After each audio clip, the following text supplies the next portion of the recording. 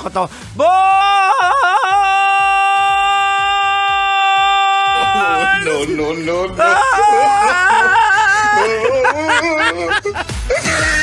Ay, nako, sa mga kabisyo po natin sa magandang gabi!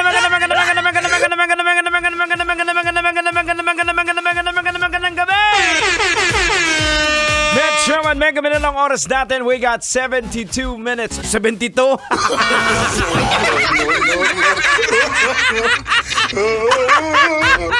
Arangay! Maloy ka! 72 minutes makalipas sa oras ng alas 7 ng gabi. Pambihira. 33 minutes makalipas sa oras na alas 7 ng gabi. Kamusta po ang inyong kalagayan at ang dinig natin? Pagkakalam po natin, marami pong mga nagkwento sa atin na sobra-sobra daw ang traffic, kuya! Oh no! Dahil ba marami ang mag-out of town? Dahil nga very long weekend.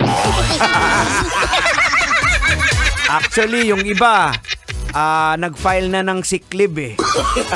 Ngayong araw pa lang, nag-sick leave na. Ay, naku mga kabisyo, eto na. Hindi na natin patatagalin to. Eto tang, pag-usapan natin to.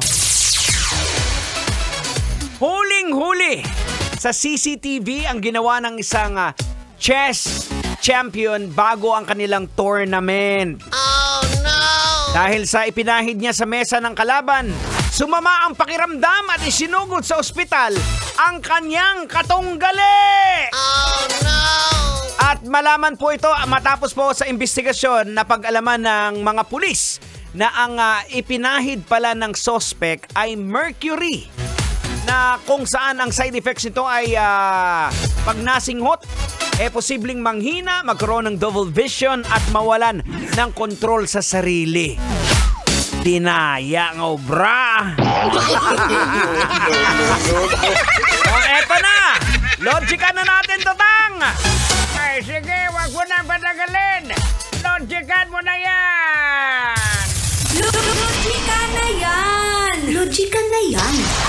Alright mga kabisyo, logica na yan. Anong leksyon ang ating mapupulot? Anong aral ang ating matudukot?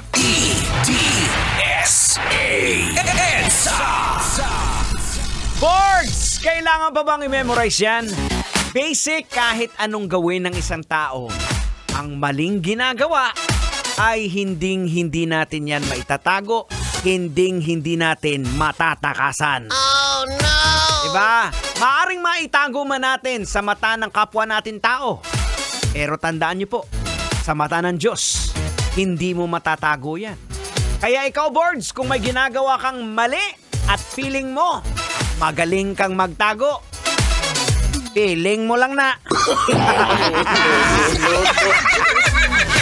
Feeling mo lang na. Kasi hindi ka patatahimikin ng konsensya mo pag meron kang ginagawang mali o kasalanan. Diba? O ano, kung itutuloy mo pa yung ginagawa mong kasalanan, nako, iisa lang ang destinasyon mo. Saan, Tang? Pesek sa impyerno! Pambira. Ang taong gumagawa ng masama ay ayaw sa liwanag at hindi lumalapit sa liwanag dahil ayaw niyang malantad ang kanyang mga gawa. Di ba, Tang? May tama ka, kalbo! Diba? Oo, yes, Tang. May sasabihin ka.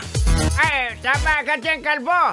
Kasi ang beer, bakit nagtataka kayo, bakit ang beer house madilim?